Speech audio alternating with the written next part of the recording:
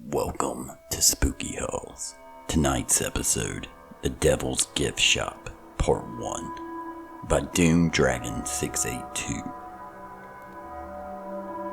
Gluttony Jacob stood in front of the mirror looking himself over and kept coming back to the same thought. He needed to lose weight. He had never really thought of himself as fat or obese until a recent visit to the clinic to get a health checkup. According to his doctor, he was actually much worse than he thought. Sparing the details, he was basically told that if he didn't lose weight soon, then he could be at risk for serious health conditions. He resolved to turn his life around. He started going on jogs and doing his best to eat healthier. It was definitely harder than he thought it would be, but ultimately, he stuck to it and was feeling really proud of himself. Unfortunately, though, none of it seemed to help. No matter how many jogs he went on and how many diets he tried, he just couldn't seem to lose any weight. He had almost resolved to just give up and look into liposuction or something like that when he found the mysterious shop. Jacob came across the shop in one of his late night jogs. He preferred jogging at night because it made him feel less self-conscious and he liked the time alone. The sidewalks were also less crowded at night, and it made him feel like he was in his own little world. He had stopped to get a drink from his bottle of water when he looked up and saw the front of the store. It was spooky to say the least. A dark, old store with tinted windows and a single light illuminating the door and a sign nailed above it, The Devils Giftshop. A smaller writing beneath which read interesting items and creepy curiosities. Jacob was intrigued. In this shop, been here the last few times he passed this way? He pondered the question for a moment before eventually deciding that it had likely been put up recently and he had just missed it the last few times he passed it. Jacob slowly approached the door and tried the knob. It opened slowly inwards and rung the bell hanging above. When he stepped in, his eyes fell on a small, well-lit shop filled with shelves that practically overflowed with various random items that one would expect to find in a store like this. He saw a shrunken head sitting on the shelf next to a skull that seemed to be made of crystal. The second thing Jacob noticed was the smell of the place. It was the same smell you would expect from a shop promising interesting items and creepy curiosities. It was an odd mixture of incense and herbs, but that tickled his nose. There was another smell though, one just below it, that he couldn't quite place. Suddenly, Jacob's train of thought was interrupted by a deep voice from behind. "May I help you?" He turned, expecting the creepy old shopkeeper that one would expect in a creepy old shop, but was surprised to see that the man who spoke was quite the opposite. The man stood a few feet behind him was tall, a few inches taller than Jacob was, and wearing black dress pants and matching shoes, and a white long-sleeve shirt with a smoky gray vest over a dark red tie. The man's face wasn't that of a creepy old man. He was actually fairly good-looking. Not quite a movie star, but better than the average. He had a strong jawline and bright blue eyes that seemed to pierce into Jacob. His jet black hair was smothered back, and the man gave off a regal air. He smiled at Jacob, revealing pearly white teeth, and spoke. "Sorry, I don't mean to scare you. I don't usually get customers this late, but I'm always happy when I do. Are you looking for anything in particular?" I was just on a jog when I saw your store. I never noticed it before now. When did you open?" The man's grin seemed to widen at that. "Oh, I opened a few days ago. This shop is a bit of a passion project of mine. I spent a large portion of my youth traveling to many interesting places, and now I'd like to share what I've seen with the rest of the world. starting with this town. That struck Jacob as odd. Why would someone who's traveled all over the world pick this town to set up the shop? We were in the middle of nowhere. Surely there had to be better places to set up shop. But then again, this man was clearly rich, and rich people were always weird to some degree. Alright, is it okay if I take a look around, Mr. Jacob didn't see a name tag on the man's suit. The man chuckled. You can call me Mr. Memphis. Jacob raised an eyebrow at that. He had never heard a name quite like that before, and yet it sounded familiar somehow. The man, Mr. Memphis, took notice of Jacob's confusion and chuckled once more. It's German, an old family name that changed over time and been shortened for simplicity's sake. But that's not important right now. Please, feel free to look around and shop. Call me if you need anything. The man turned and walked away, disappearing among the shelves without a sound. Jacob continued to wander the shop and came across something that seemed odd.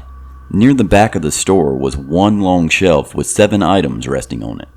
A wallet, a mirror, a book, a small mannequin, a medal, a heart-shaped locket, and a large jar with a single white pill in it.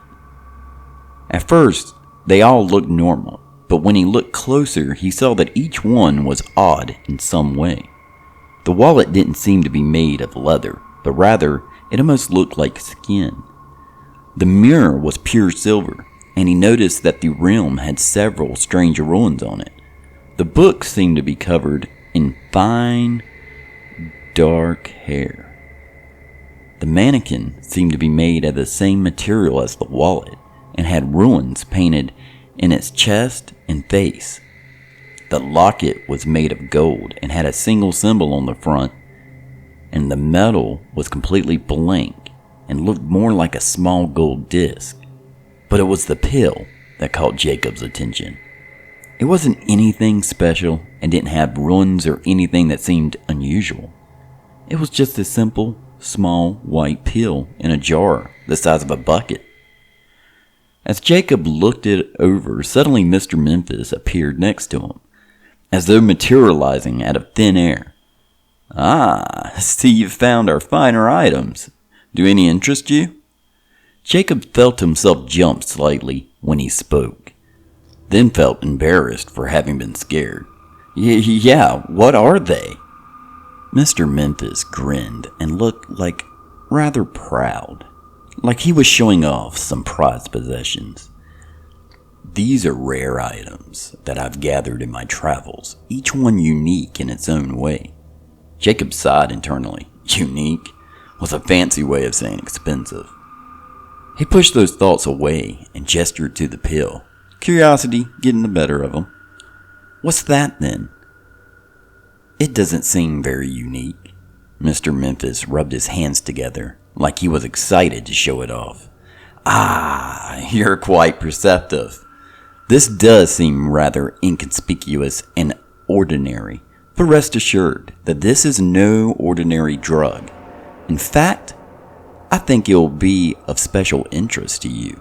Jacob raised his eyebrow at that. What did he mean? Was he talking about his weight? Before Jacob had a chance to say anything, Mr. Memphis raised a hand and spoke.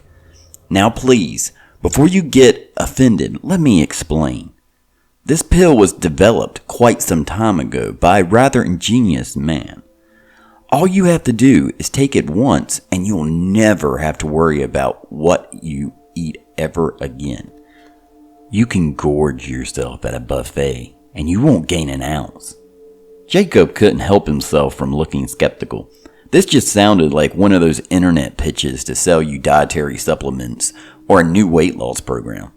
Although, he thought to himself, it's not like anything else has been working so far. Maybe I could take a chance. He turned to Mr. Memphis, deciding that it couldn't hurt to ask him how much it was. As soon as the question left his lips, Mr. Memphis seemed to show his widest grin yet. And Jacob took notice that his canines seemed to be a bit longer and sharper than a normal person's. But he didn't think much of it. Plenty of people had odd teeth, and he didn't want to be rude by pointing it out. Mr. Memphis reached out and took the jar from the shelf. Normally, I would charge a much higher price for an item like this, my friend. But since you're my first customer, and I enjoy your company, I'll give you a discount. Let's call it $75. Jacob was surprised. That seemed like a ridiculously low price for what he advertised. He checked his wallet and was surprised to find he had exactly $75 on him. How did Mr. Memphis know that? Had he just taken a guess or gotten lucky? It made Jacob nervous, but eventually he figured he had nothing to lose and bought the pill. Mr. Memphis told him that all he had to do was take the pill once with a meal, and he would start seeing results almost immediately. Jacob walked home, still feeling a bit unsure and unsettled. Once he got home, he resolved to take the pill in the morning. That night, though, he had an awful nightmare. He dreamed he was at a feast with the most delicious food he had ever had. Jacob was starving, so he ate as much as he could, but never felt full. He ate and ate until he thought he would burst, and yet he was still just felt hungrier. The worst part was when he felt something moving in his guts and threatening to tear through him. Jacob woke with a startle in the morning, drenched in sweat and the dream already fading in his mind. He'd got up and started his day, remembering the pill halfway through breakfast of toast and egg white omelet. He was definitely hesitant, but he figured it couldn't hurt. Besides, he'd spent $75 on it, and Mr. Memphis had pointed out a sign reading, "No returns." So Jacob couldn't really return it and get his money back. He took the pill with a glass of water. It was smooth and slid down his throat easily. For a few days, nothing happened and Jacob felt he had wasted his money. But then he noticed he started losing weight. He was more excited than he had been in his whole life. Things were great for a while. He went to bars and parties and enjoyed life. But then he started to notice that he was still losing weight, an unhealthy amount. Jacob woke up one morning to find that he could nearly count his ribs. He went to the doctor and was told that he was perfectly healthy, except for being slightly underweight. He tried to get them to perform some other test, but was told that they would only do that if they thought it was an emergency, though they did recommend him to a psychiatrist. As time went on, Jacob continued to lose weight. His eyes became sunken and his cheeks grew gaunt. But the worst part was the hunger, or lack thereof. He never really felt hungry, but he was also never truly satisfied. No matter how much he ate, he never became full. He spent all his money ordering food online until he was broke. Soon it got even worse. His stomach began to ache badly. It felt as though his organs were shifting inside him. That was what pushed him to return to the shop where it all started. It was late at night when he arrived and threw open the door, staggering in and calling for Mr. Memphis. He froze when he heard a familiar chuckle from behind. Jacob whipped around to face Mr. Memphis, who smiled back with a look of amusement plastered on his face. Jacob felt himself pale at the sight of him. The man who stood before him was not the same who greeted him last time he walked into the shop. At first glance, he was the same, but when you looked closer, you'd see his eyes were now blood red. His teeth were thin and sharp. His ears were pointed, and he was taller, at least a foot or more. Mr. Memphis, if that thing was him, spoke in a voice that was deep and disoriented. "Hello again, Jacob. What brings you back to my little shop?" It took Jacob a moment to organize his thoughts and swallow his fear enough to speak. What did you do to me?" Mr. Memphis chuckled again, a garage noise that put Jacob's teeth on edge. "Why, Jacob, I gave you just what you asked for." Another twist in his guts caused Jacob to wince in pain and sway. I never asked for this." He tried to shout, but could barely manage a whisper. Suddenly, the pain in Jacob's gut surged and became an awful, agonizing sensation that brought him to his knees. He tore his shirt and looked down to see something withering and pushing against the skin. He screamed in pain as his stomach split open and something tumbled out. At first, he thought it was some kind of worm and had just enough time to register a segmented body with far too many long pointed legs before he fell into darkness. Mr. Memphis chuckled and picked up the withering thing from a pool of his customer's blood. He smiled and pet it as he placed it in a jar where his egg had remained for so long, which he had reclaimed from the young man's home a few nights ago. He whistled a happy tune as he stepped over the lifeless body on the floor. He'd have to place a rug over that blood stain after he was done. Although, he thought to himself, maybe I'll leave it uncovered. Might add to the atmosphere. He couldn't help but let out a laugh at the thought. He stepped into the back room and placed a jar with a withering creature on a shelf inside. That's 1 down, 6 to go. I think I'm going to like it here. He laughed once more and went to tend to the body before it began to smell.